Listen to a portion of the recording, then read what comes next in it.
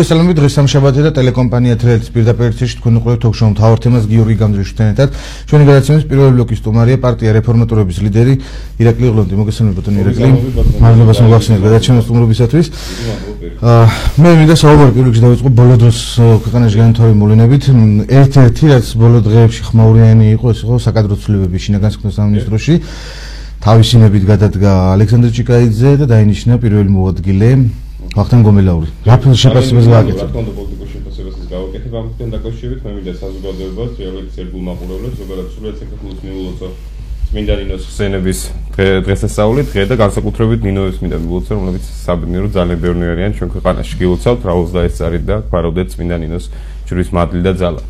რაც შეეხება საკადრო ცვლილებებს, მე ვფიქრობ, რომ არც არაფერი არ შეცვლილა. ამით ეს იყო ჩვეულებრივი პროცესი, როცა ბატონი ლექსო ჭიკაიძე ჩაანაცვლა იმისმა მოადგილემ, იგივე სისტემის წარმომადგენელმა, ბატონმა გომელაურმა. თუმცა მის შესაძლებელია და პირიქით მე ვფიქრობ, რომ დიდი ხნის წინ უნდა გაკეთებულიყო ეს ყველაფერი და მაინც და მაინც საზოგადოება რო აღშფოთდა და ბატონი იური ვაზაგაშვილის საფლავზე მოწყობილი ტერაქტი არ უნდა ყოფილიყო ამის საფუძველი. უამრავი საფუძველი იყო, რომ ჭიკაიძე არ უნდა ყოფილიყო შინაგან საქმეთა მინისტრი, თუნდაც ის ფაქტი, რომ საქართველოში ხა ბატონ ლევან იზორია შინაგან საქმეთა მინისტრის მოადგილე რამდენ ტომეულ ფურცლებს გამოიტან სტატისტიკის დეპარტამენტის მონაცემები და გვეტყვის, რომ არა ქვეყანაში ყველაფერი კარგადაა და კრიმინალური მდგომარეობა უკეთეს მდგომარეობაშია ვიდრე ადრე იყო. ეს ხო არაფერს არ უსულს, ხო ძალიან კარგად ვიცით, მე თქვენ თითოეული ჩვენ თანამოქალაქე გადავადგილდებით ფეხით მანქანით საზოგადოებრივი ტრანსპორტით და ვხედავთ ქუჩაში განწყობას, ვხედავთ საზოგადოების განწყობას და ვხედავთ უამრავ საინფორმაციო სააგენტოებში გავრცელებულ კრიმინალურ სასწაულად მნიშვნელოვან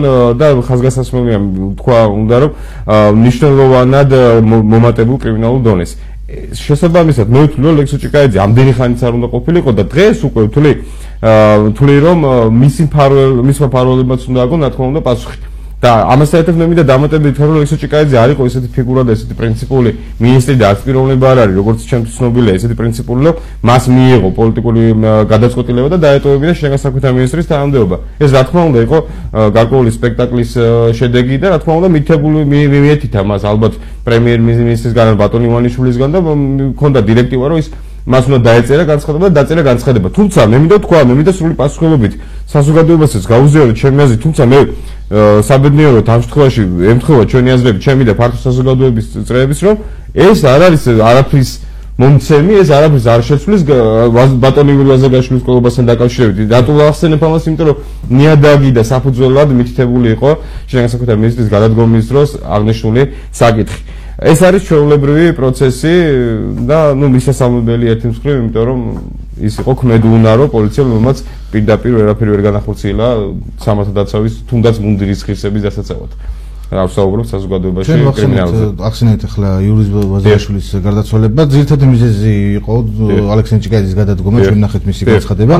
მაგრამ მანამდე დაახლოებით სიკვდილამდე ერთი კვირით ადრე იური ვაზაგაშვილის ჩვენმა ჟურნალისტებმა ტელეკომპანია თრელის ჟურნალისტებმა ჩაწერეს იური ვაზაგაშვილი და ინტერვიუში ბატონი იური ასახელებს ჭიკაიძეს და ჭიკაიძეს აბრალებს, ბრალდებას უყენებს იმას, რომ ის ფარველობს იმ ადამიანებს, რომლებიც მათ მიიღეს მონაწილეობა ზურა ვაზაგაშვილის მკვლელობაში და დღეს არიან არათუ სამსახურებიდან გაშვებული, პირიქით დაწინაურებული. დაწინაურებული, რომელმაც უკვე მაგათაც შეეხო. გარდა ჭიკაიძის ახლა საუბრობდით, კიდე ვინ შეიძლება იყოს ბატონი მირზოევი, ბატონი დალაკიშვილის ხო, ნუ ეს ადამიანები სახელდებოდა მე ვერავის საერთოდ ჩემი პოლიტიკური საქმიანობის მანძილზე ეს რამდენიმე თვის განმავლობაში შექმნილი პოლიტიკური პარტიის ლიდერი ვარ და ყოველთვის ვცდილობდა ყოველთვის ჩემი ცხოვრების პრინციპი იყო და წესად მაქვს ცხოვრებაში, არა მარტო პოლიტიკაში, ზოგადად საყოფო ცხოვრება ურთიერთობებშიც და ურთიერთობის დროს, რომ თუ რამე არ ვიცი, თუ რამ ზუსტად დაზუსტებით არ შემიძლია ვისაუბრო, არ ვსაუბრობ, მაგრამ მთელი საზოგადოება, მთელი საქართველო, მათი იმ ადამიანების ოჯახები, რომლებიც დაზარალებული იყო წინა ხელისუფლების მიერ და ჩახოცილი იყო ახალგაზრდები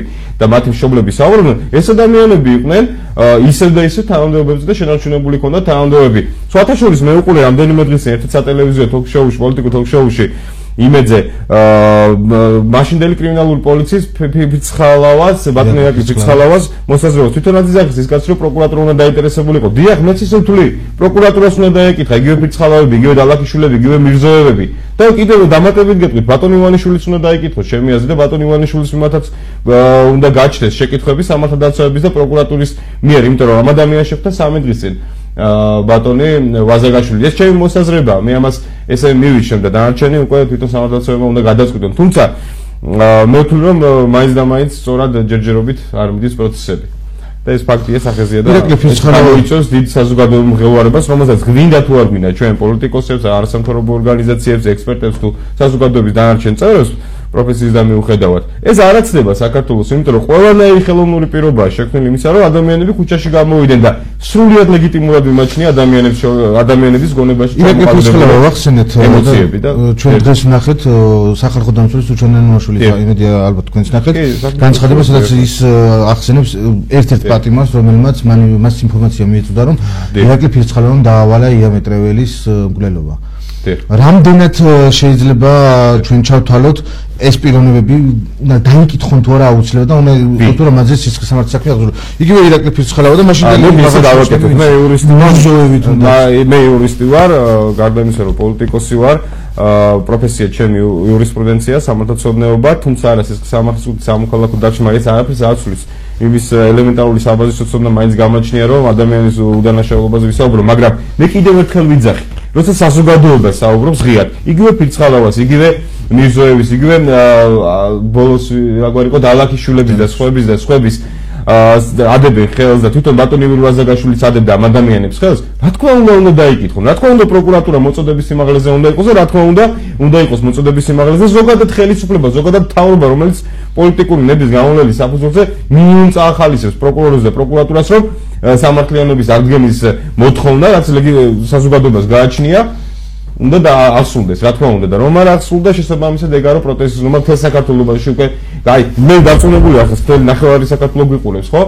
დარწმუნებული 90% უკვე ნიჰილისტურად განწყობილია, მაგრამ კიდევ მაინც აქ ქართველების ბუნებაში გვაქვს ის მომენტი, რომ ბოლომდე შეგვიძლია ვიბრძოლოთ. დიახ, დადგა ის დრო, როცა ჩვენ უნდა ვიბრძოლოთ და ხმა მოვიღოთ, იმიტომ რომ მივხვდით საბოლოო ჯამში, რომ ვიძინა ივანიშვილი და მის ხელისუფლების წარმომადგენლები ჯიბიდან არ არიგებენ ბატონებო ფულს და არც სამსახურებს აკეთებენ. შესაბამისად, ერთ-ერთი ის მომენტი დადგა, რომ ჩვენ ყველა ამოვიღოთ, ხო და ვთქვათ, რომ ჩვენ ეს არ გვეკუთვნით, ჩვენ მეტი დავისახურეთ, ჩვენ გვინდა რა თქმა უნდა იმ უამრავი 10,000 დარწმუნებული ვარ საქმის გახსნა და გამოძიება, რომელიც პროკურატურაში 2012 წლის ოქტომბრის მერე მოსული ხელისუფლების მიმართ შეიტანა საზოგადოებამ. უამრავი ჩემთან არის უამრავი საქმეები, ასლები მოტანილი, როცა მოქალაქეებს იმედი ჰქონდათ, რომ რაღაც საქმეები გამოძიებული იქნებოდა, მაგრამ მივიღეთ რა?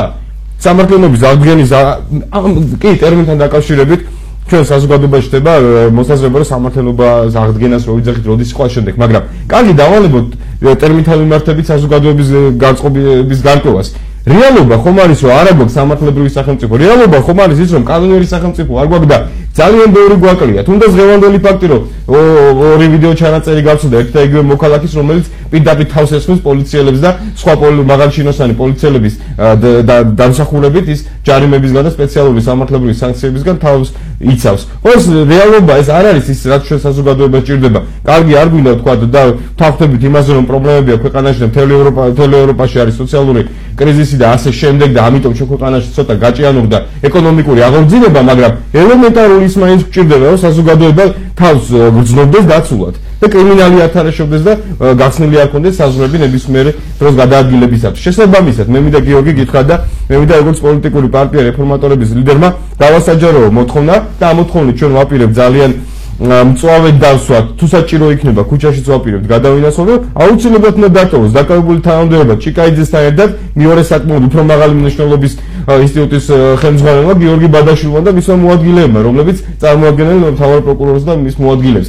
მე ვერ ვნახე ამ ადამიანების ვერც პოლიტიკური, ვერც სამართლებრივი ნება, რომელიც მოქმედებდნენ, რომ ემოქმედათ ადამიანების სიმართლის დასადგენა და წინა ხელისუფლების თუ მანამდე კიდე წინა ხელისუფლების პერიოდში დარღვეული კანონიერი უფლებების აღსადგენად. აქ საუბარია უამრავ ქონებაზე, აქ საუბარია უამრავ პოლიტპატიმარზე, რომელიც პასუხისმგებლობაში მათი განცხადებით იყვნენ ტყუილად მიცემული. ეს უნდა გამოვიძიოთ, აბა რისთვის ვართ სახელმწიფო, რატო შეთანხმდა ერი, რომ ჭირდება ახალი ცვლილება ხელისუფლების სამართლობის აღდგენაზე, არა მარტო ჩვენ მთელი საქართველოს სამართლობის აღდგენაზე და იგივე ბატონი იური ვაზაგაშვილის გარდაცვალება მოდის იქიდან, მისი შვილის სპეცოპერაცია, სამართლობის აღდგენა, რომელიც ბოლო 2 წლის განმავლობაში საკმაოდ აქტიური და არა მარტო 2 წლის განმავლობაში მანამდე ოპოზიციაში ჯერ კიდევ ოპოზიციაში იყო სამართლობის აღდგენაზე საუბარი, თუმცა დღეს ჩვენ ნახეთ, დღეს 2 წლის მერე ხელისუფლებაში ყოფნის 2 წლის მერე ნახეთ ის საქმეები, რომლებიც იგივე ზურაბ ვაზაგაშვილის საქმეები, ბუტარო ბაგიცის საქმეები, ძალიან ბევრი საქმეები, თუმცა ბატონი ზურაბჟვანია საფერმელის ბოლომდე არ არის მოყვანილი. არაერთი საქმე რომელიც ჯერ კიდევ წინა ხელისუფლების კისერზე იყო როგორც მაშინდელი პოზიცია საუბრობდა არ არის გამოძიებული. რატომ არ არის გამოძიებული? ამ კითხვას ყოველთვის უსვახონი ჩვენთან სტუდიაში როცა არის უმრავლესობის წარმომადგენლები თუმცა ყოველთვის ვიღებ იმ პასუხს ეს იყო კოჰაბიტაციის შედეგი. უმრავლესობის წევრები და უმცირესობის წევრებთან დაკავშირებით ცოტა დემაგოგიურად გამოვიდეს, მაგრამ ეხლა საზოგადოება გვიყურებს გიორგი ჩვენ და ისინი დამეწუნებიან, კარგი შეიძლება მეუწდებოდე ადამიანის შესაძლებლობა არ არის, მაგრამ სწორედ მაგაშია პრობლემა მე თქვენ ტელევიზიაზე არ მაქვს საუბარი. თელი რუსთავი 2, იმედი, მაესტრო, სხვა ტელეკომპანიები საეთერო დროს არ უთმობენ არასაპარლამენტო პოზიციას, არ უთმობენ მე თუ არა სხვას.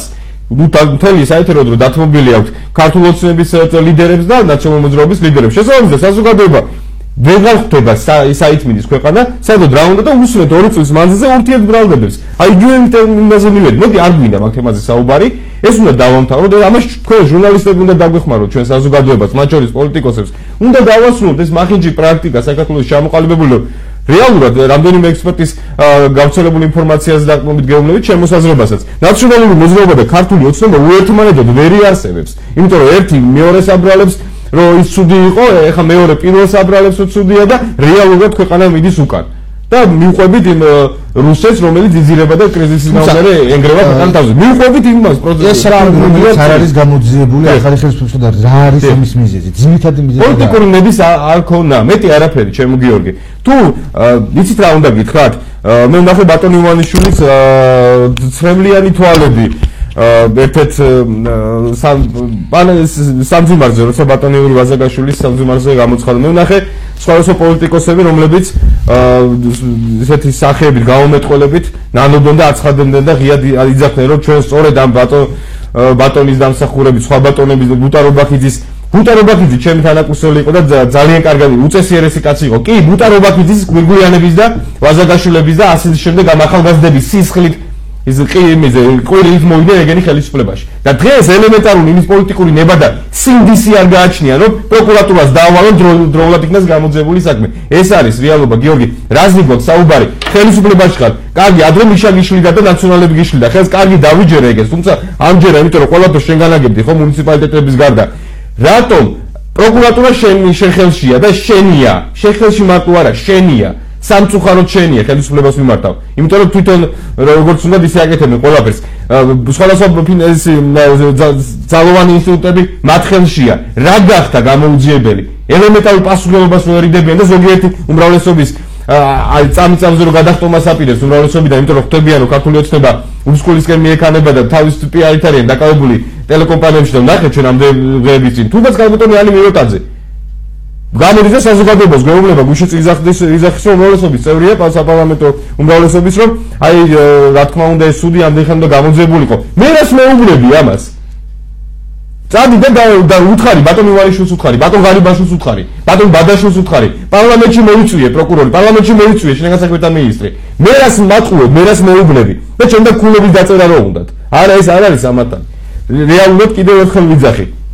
როგორც ჩანს, ბატონ ბადაშვილს ბატონ ჭიკაიძეზე აღარ მინდა საერთოდ საუბარი. ჭიკაიძე როგორც იქნა ჩაბარდა წარსულს, როგორც პიროვნება ღმერთმა გაუმარჯოს, რომ როგორც სამართალ დავცავე მეაფლო ის იმსახურებდა ამ მუნდირს და მე უკვე ვთვლი რომ ბატონი ირაკლი ღარიბაშვილი პრემიერ ბიჭუნაც უნდა გადადგეს თანამდებობიდან და რატო? მთელი აღნის მანძილზე ბატონ გიორგი თქვენ ადერმეთ შემსაქმედელობას ისე როგორც მე თქვენსაც სოციალური სფეროს მეშვეობით მინიმუმ მაინც ხო? საზოგადოება მიცის. როცა მთელი ოპოზიცია, როცა მთელი არასამთავრობო ორგანიზაციები ბატონი ღარიბაშვილის გადაყენებას და გადადგომას მოითხოვდა, ძალიან ბევრჯერ გამოვედი და თქვი რომ ეს სახელმწიფო ინტერესებში არ შედის, მოდი არ გადადგეს, მაგრამ მოდი გამოფხიზდეს. უამრავი რეკომენდაცია გაუგზავნე, უამრავი ღია წერილი გავაგზავნე. შედით ჩვენ Facebook-ზე და ნახეთ ირაკლი მოდი ჩაწერეთ. უამრავი, მაგრამ არ უნდა ამ ადამიანს მოსმენ არავის. არ აქვს მას პოლიტიკური იმდენ უნარჩვევაც და ელემენტარული ზრდილობაც ჩემი აზრით რომ მოусმინოს პოლიტიკურ ოპონენტებს. ერთი შეხვედრა არ შემდგარა ჩვენ შორის ელემენტარულად, როცა ყოველთვის დაგვიყავი რომ სახელმწიფო ინტერესებიდან გამომდინარე პრემიერი დაგვანებოდა პრემიერს. არ არის ის პრემიერ-მინისტრობის კადრი და მე მინდა მიმართო მას ტრიალეთის საშუალებით რომ ბატონ პრემიერ-მინისტრო საქართველოს სახელმწიფო და ხალხი არ არის ქართულ ბანკი და დატოვეთ თანამდებობა. თქვენ ვერ მართავთ ქვეყანას, თქვენ არ გაქვთ იმდენი პოლიტიკური ნება რომ იმ ადამიანების სამსახურში იდგეთ, ვის სამსახურშიც უნდა ყოფილიყავით მთელი 2 წლის მანძილზე. იმ ადამიანების რომლებიც ძალიან მალე გამოვლენ ძალიან მალე გამოვლენ ქუჩებში და საკუთარი კაბინეტებიდან გამოგიყვანთ ჩვენთან ერთად, იმიტომ რომ სხვაიზად ჩვენ აღარ დაგვიტოვით. და ეს ბატონი ვარზაგაშვილის სისხლი იყო უკვე ბოლო წვეთი საზოგადოებაში. მე ამას გეუბნები, მე მას სრული პასუხისმგებლობით ვიძახი. დადგება ძალიან მალე. უახლოეს დღეებში და უახლოეს ერთვაში ეს მომენტი. რაც არ უნდა სუსის აგენტებმა და სპეცსამსახურებმა დავალებები გასცენ, რომ არ გახვიდეთ ქუჩაში და ვერბოკები ჩაატაროთ, ეს ვეღარ უშველით. ჩვენ ვიცით თავისუფლების ფასი და თავისუფლების ფასი საფუძველზე ჩვენ მართლა შევშით რეალობას. ქუჩაში გამოსვლას რაში თქვენ საუბრობ და ახალი გადაცვილი იყო ბატონი იური ვაზაგაშვილი, ჩვენ ნახეთ საზოგადოების სხვადასხვა წარმომადგენლები, როგორც პოლიტიკოსების, ისე არასამთავრობო ორგანიზაციების ხელმძღვანელების, მათ შორის ნანა კაკაბაძის და ასე შემდეგ. ისინი იძახდნენ ჩვენ გამოვალთ ქუჩაში და ხელისუფლებას შეეწირება. რა ფონი იქნება თუ არის ის ფონი უკვე შექმნილი თუნდაც სოციალური ფონი და გიორგი რომ ქუჩაში და ჩვენ ისევ ისეთი რევოლუცია მიიღო დაუშვით როგორც იყო თუნდაც 2003 წელს გიორგი აბსოლუტურად ის ფონია როცა მე რამდენიმე დღის წინ ბატონი მერაბ კოსტავას გამოსვლას უყურებს რაც ის იძახის რომ როცა ერთ ძალიან გაგვიჭირდება ჩვენ ერთ მუშტად შევიკრებით როცა სერიოზული საფრთხების წინაშე მაგრამ როცა ქვეყნის აღორძინებაზე მივა საკითხი ეროვნული ინტერესების დასაცავად და ქვეყანა გაძლიერდეს და ასე შემდეგ მაშინ გავთვით კაცდებით და ვიშლებით მართლა ესია ჩვენ დავიშალეთ კი ერთი ძალიან დიდი იდეა შევასრულეთ თუ ნაციონალურ მოძრაობა ჩამოვაშორეთ ხელისუფლებას მივესალმები ორივე ხელმწევ იმ თითოეული ადამიანის წინაშე რომელმაც ეს გააკეთა მაგრამ როცა აღორძინება ჭირდება ქვეყანას როცა სიმართლე ჭირდება სამართლიანობა ჭირდება კანონიერება ჭირდება მართლმსაჯულება ჭირდება და სამართალ დაცვის სტრუქტურები მოწოდების სიმაღლეზე და ეკონომიკა განვითარებული მაშინ ყველა მართლათით გათვით და სახში ვჯდები და სოციალურ სელში ვანთქებთ ხოლმე ხანდახან მცირეოდენ ან მომეტებულ ბოგმას ეს არ უშორით ჩვენ ქვეყანას რაც შეეხება ქალბატონ ანა კაკაბაძის არავის არ დავიწყებია ის ფაქტი რომ მე და ქალბატონ ანას ხშირ შემთხვევაში კონკრეტულ საკითხებთან მიმართებით სერიოზული დაპირისპირება ჰქონია მაგრამ იგივე ქალბატონ ანა კაკაბაძის მიმართ ორივე ხელმწევ და მზადვარ მის გვერდით დავდგე იმიტომ რომ აბსოლუტურად მართალია ეს ქალბატონი ამ მოწოდებაში სიმართლეა ეს უნდა გავიდეთ და უნდა უთხრათ ხელისუფლებას რომ მორჩა ბატონებო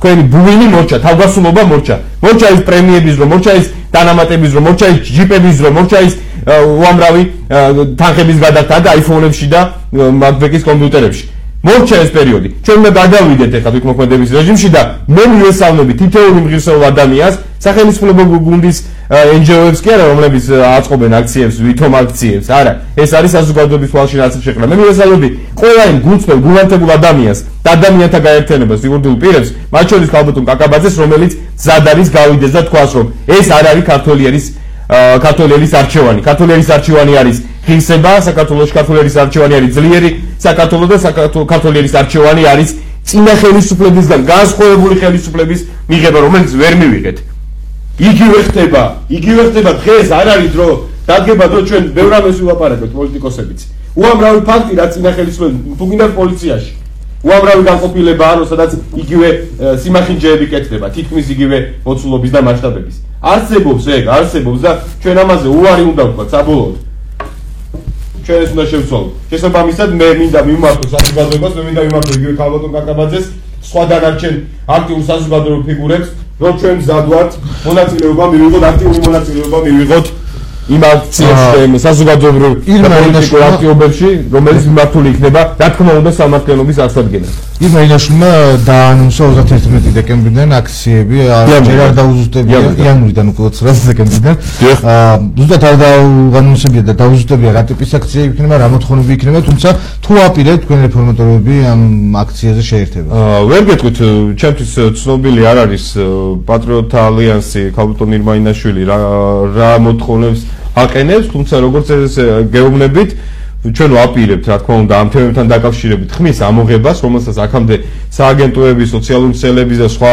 მცირე მასშტაბიანი აქციების სახით ვასაჯაროებდა დიდი ხანია სხვათა შორის ერთადერთი პოლიტიკური პარტია ვარ და ერთადერთი პოლიტიკური პარტიის ლიდერი რომელმაც 2 ოქტომბერს 2014 წელს ახლა 2 ოქტომბერს ამდენიმე თვის წინ ხელისუფლება შეახსენა აქციის საშუალებით პარლამენტის წინ პარლამენტის მიმდებარე ტერიტორიაზე თბილისში რომ დაპირებები არ შესრულებულა რა თქმა უნდა ჩვენ ამას ვაპირებთ რა თქმა უნდა ჩვენ საზოგადოებას ვთხოვთ რომ ხარი დაგვიჭიროს ეს არ არის ირაკლი ღლონტის და რეფორმატორების ინტერესი არ არის გიორგი გამბლიშვილის ინტერესი ეს არ არის კონკრეტული ცალკეული პირების ინტერესი ჩვენ ხო უნდა მივიდეთ იმ დასკვნამდე რომ ჭირდება რეალურ ქვეყანაში ცხოვრება რომელიც მართლა და მართლა არ მიექანება უსკოლისკენ. დღეს მართლა უსკოლისკენ მიექანებით, თუმცა დღეს ესეთი მწვავე თემები გვაქვს, ხა ეკონომიკაზე რო ვისაუბროთ, ფინანსურ მდგომარეობაზე და საერთაშორისო ურთიერთობებზე, არ იქნება და არც ჩვენ ვიქნებით მორალურად მართალი, იმიტომ რომ ამ საზარელ ტერორისტულ აქტს შეეწირა ადამიანი და ვფიქრობ ამ იდეის და ამ საკითხის ირგვლივ უნდა ვისაუბროთ.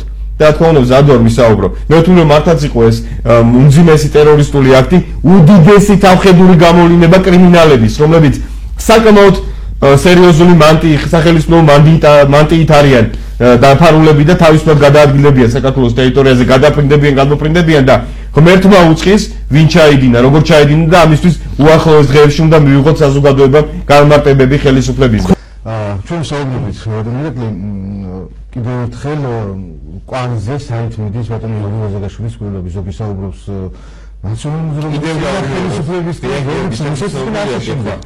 კიდევ გავიმეორებ იმას დასვი, იმიტომ რომ ეს მინდა რომ თელმა საზოგადოებამ იცოდეს. ჩვენი რეფორმატორების შეხედულება.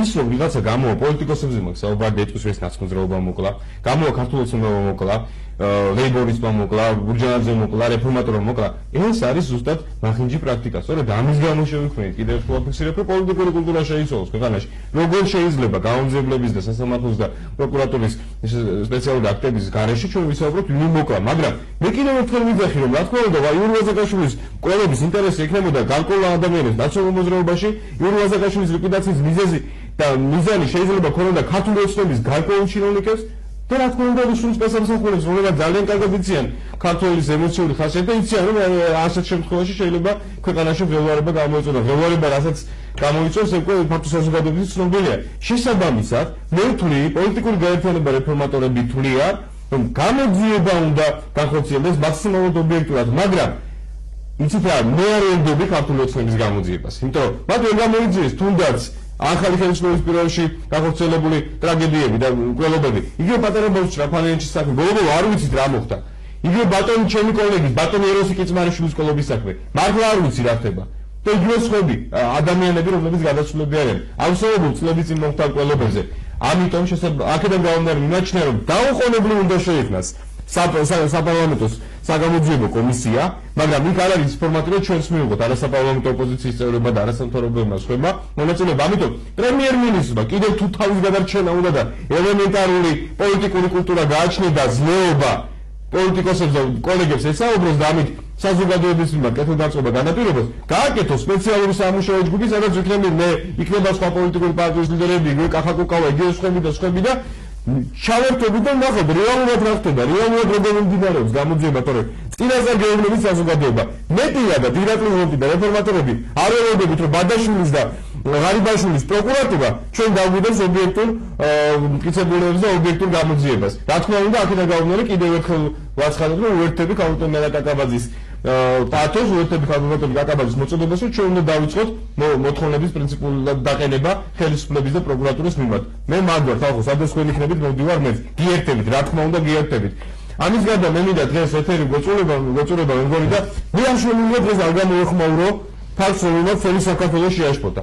ეს არის ვიღაც თოლავერი გოგონა ეკა კუშიტაშვილის თავხედობა და თავდასრულობა, რომელთაც ის პოლიციის არაერთ ეკიპას დაყენებს შეურაცხყოფას და მე მინდა აქვე გავაკეთო განცხადება. ბატონ ახალშენობა საქმეთა მინისტრს, ბატონ გვარის შემოსერეთ გომელაუს მიმართო, რომ ჩართოს სასწრაფო დაუყოვნებლივ გენერალური ინსპექცია, გამოიძიო მურეკავდა თუ არა თბილისის საპატრულო პოლიციის უფროს ეს ქალბატონი ეკა კუშიტაშვილი და ამ გზით დახტენდა თუ არა ჯარიმებისგან თავის დაცვას.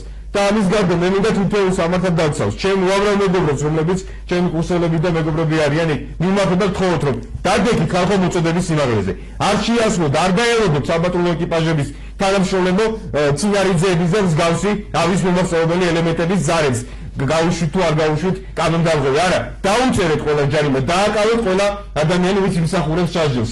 რა თქმა უნდა, ეს უნდა განხორციელდეს დადექით მოწოდების სიმაღლეზე და ჩვენ ოპოზიციონერები, საზოგადოება ირაკლი ღონტი, გიორგი, სხვები დავდგებით თქვენი მინდირის, თქვენი ინტერესების ადარაჯოზე. და ნუ გაუშვებთ იმას, რომ ეს დროებითი ხელისუფლება, რომელიც თავგასულობით უკვე მაგათ თავზევით გადავიდა, მსგავსი ფაქტები განხორციელდეს თბილისში. როგორ შეიძლება სხვადასხვა ეკიპაჟი ნახეთ თან ეს ამორცხულია უკვე, ხო? თუ პოლიციას პატივი არის, თუ პედაგოგს პატივი არის, თუ ეკიმი არ დავაფასეთ, თუ მწერალი და პოეტი არ დავაფასეთ, ისე ქვეყანას ვერ ავაშენებთ, ბატონო, ეს უნდა მივხვდეთ. და ამოვიღოთ ხმა, ბოლო ამოვიღოთ ხმა. მეც აღარ მინდა უკვე თავს გადეზროთ, მე ვიცი ზურბასოს ვენებო, ჩემი ემოციური გამოსვლებით, მაგრამ მე თვითონაც ყოველდღე როცა ეთერამდე მივეყოთ უბრალოდ შვიდად ვისაუბრო. აბა მითხრათ როგორ გესაუბროთ შვიდად. აბა მითხრათ გიორგი როგორ გესაუბროთ ჩემ თანამემამულეებს შვიდად. როცა ქვეყანას ცხოვრობს, სადაც არც ერთი ინსტიტუტი არ მუშაობს ისე როგორც რომ მუშაობდეს. და დღეს უკვე იყურებ, აჭარაში რა ხდება? მე არ ვიცი რა ხდება შინაგანსაკუთრებთა სამინისტრო, რას ფიქრობს? რა ხდება აჭარაში? ბიზნესმენის მაგალითად ხდება, ექიმის მაგალითად ხდება. სულ ერთია რა კატეგორიის და რა სფეროს წარმომადგენელი ადამიანი შეიძლება სახლი გადაუწვა. ინდონეზია თავგასულობა თქვენ ქვეყანაში და იქნება აჭარასაც მიეხებოს ბოლო-ბოლო, იქნება მეგონება საინტერესო კადრები პოლიციაში, იმიტომ რომ ბევრს ვიცნობ და იქნება მისცეთ დავალებები რომ იმოქმედონ უკვე. და გააკონტროლონ ის სასაზღვრო გამშვები პუნქტი კიდე, რომლისგანაც უამრავი კრიმინალი დათარეშობს ჩვენ ტერიტორიაზე. რაღაცაზე ჩამოყალიბდეთ. ერი რომელიც კონსოლიდირებული ვერ იქნება ერთიან მიზანზე რომ ქვეყანა უნდა წავიდეს არ წინან უკან, საერთოდ არ ვიცი საწავლებთ. ძალიან დიდი მადლობა ბატონო გადაცემის პროგრამისათვის კიდევ მადლობა დამაყურებელს მოდის ჩვენგან დამოუკიდებელი მიზნები გადაცემის შეიცვლება ეს ყველა ვისურვებთ წარმატებას პოლიტიკურ საქმიანობაში მადლობა ჩვენ კი რეკლამის შემდეგ რამდენი წუთში ისე პირდაპირ ეთერში დავბრუნდებით